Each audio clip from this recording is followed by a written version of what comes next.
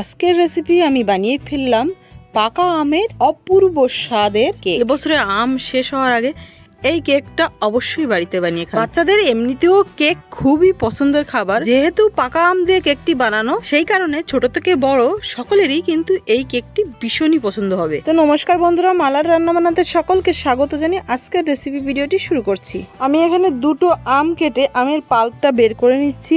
আমের পাল্পটা বের করা হয়ে গেলে আমি এটা সাইডে রেখে দেবো। প্রথমেই যে কাজটা করে নেবো সেটা হলো আমি এখানে 1.5 বাটি সুজি মিক্সি জারের মধ্যে দিয়ে দিলাম। আর এই মিক্সি জারের মধ্যে দেওয়ার কারণ হলো আমি এই সুজিটা এই মতো অবস্থাতেই তাতে সুজিটা একটু পাউডার ফর্মে চলে আসবে।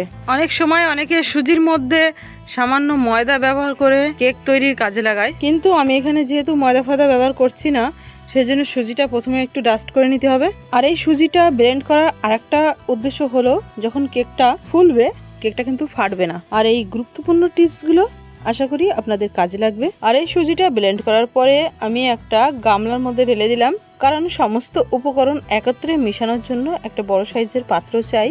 আর ওই একই জারের মধ্যে আমি আম এবং আধা কাপ চিনি একত্রে আবারও ব্লেন্ড করে নিয়ে আসবো। আর এই আমের মিশ্রণটা খুবই সুন্দর একটা পিউরি হয়ে যাবে। তারপরে আমি ওই একই পাত্রের মধ্যে এই আমের পিউরিটা ঢেলে দেবো। স্প্যাচুলা দিয়ে জারের থেকে সমস্ত পিউরিটা ভালো করে কেক নামিয়ে নেবো।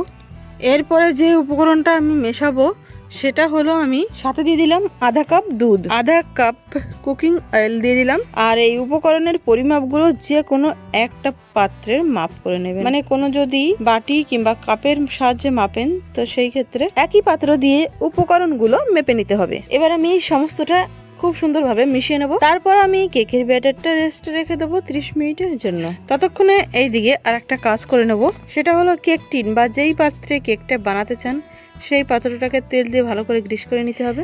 তারপর বাটার পেপার অথবা আমার মতন ঘরে থাকা যে কোনো একটা পেপার এইভাবে দিয়ে দিতে হবে। প্রায় 25 থেকে 30 মিনিট হতে চললো। আমি এবার ব্যাটারের মধ্যে 1 চামচ বেকিং পাউডার দিলাম, আধা চামচ বেকিং সোডা, 1/4 কাপ দুধ দিয়ে আমি এটা ভালো করে আরো একবার মিশিয়ে নেব। খুব ভালো করে মেশানোর দরকার নেই, কোনো মতে মেশাতে হবে যাতে করে বেকিং পাউডার সোডা সব জায়গায় মিশে যায়। ব্যাস, আগে থেকে তৈরি করা কেক টিনের মধ্যে ব্যাটারটা ঢেলে দিয়ে লেবেল করে নিতে হবে। এদিকে আমি আগে থেকে একটা কড়াইয়ের মধ্যে সামান্য একটু লবণ স্ট্যান্ড দিয়ে প্রিহিট করে রেখেছিলাম। আর কড়াইটা কিন্তু এই মুহূর্তে ভীষণ গরম। এই অবস্থায় আমি কেক টিনটা বসিয়ে 30 থেকে 35 মিনিটের মতন ঢাকনা দিয়ে ঢেকে গ্যাসের ফ্লেম একদমই লোতে করে দেবো। বন্ধুরা, এখানে আমি একটা কাজ করেছি যেটা দেখানো হলো না। আমি কিন্তু আগের কেকের বাটিটা পাল্টে আমি এইটা দিয়েছি বেটারটা, কারণ আগেরটা খুব ছোট হয়ে যাচ্ছিল। কেকটা 5-7 মিনিটের মতন বেক হওয়ার পরে আমি এখানে কাজু এবং চেরি দিয়ে খুব সুন্দরভাবে কেকটা সাজালাম। মোটামুটি 25 মিনিট হলো। এবার আমি ছোট একটা চাকুর সাহায্যে এটা একটু চেক করে দেখবো যে আসলে কি এটা ভিতর থেকে বেক হয়েছে ভালো করে। তো চাকুটা যদি পরিষ্কার বেরোয় তখন মনে করতে হবে কেকটা কিন্তু খুব সুন্দরভাবে বেক হয়ে গেছে। কড়াইয়ের থেকে আমি কেকটা নামিয়ে নিচ্ছি। সামান্য একটু ঠান্ডা হয়ে গেলেই আমি একটা ছুরির সাহায্যে কেকের চারি সাইডটা এইভাবে ছাড়িয়ে নেব। তারপর আমি কেকটা এইভাবে বের করে নিলাম। আর বন্ধুরা, কেকটা দেখেই কিন্তু বোঝা যাচ্ছে যে কতটা পারফেক্ট ভাবে কেকটা কিন্তু তৈরি হয়েছে। আর আমার এই ভিডিও দেখি যদি আপনি কেক বানাতে বসেন তো কেক আমার মতনই একদম পারফেক্ট তৈরি হবে। প্রথমবারেই বাড়ির সকলের মন জয় করে নিতে পারবেন নিমেষের মধ্যে। আর আমার ছেলে মেয়ের তো তর্স হয়েছে না, কেকটা গরম অবস্থাতেই আমার কাটতে হচ্ছে।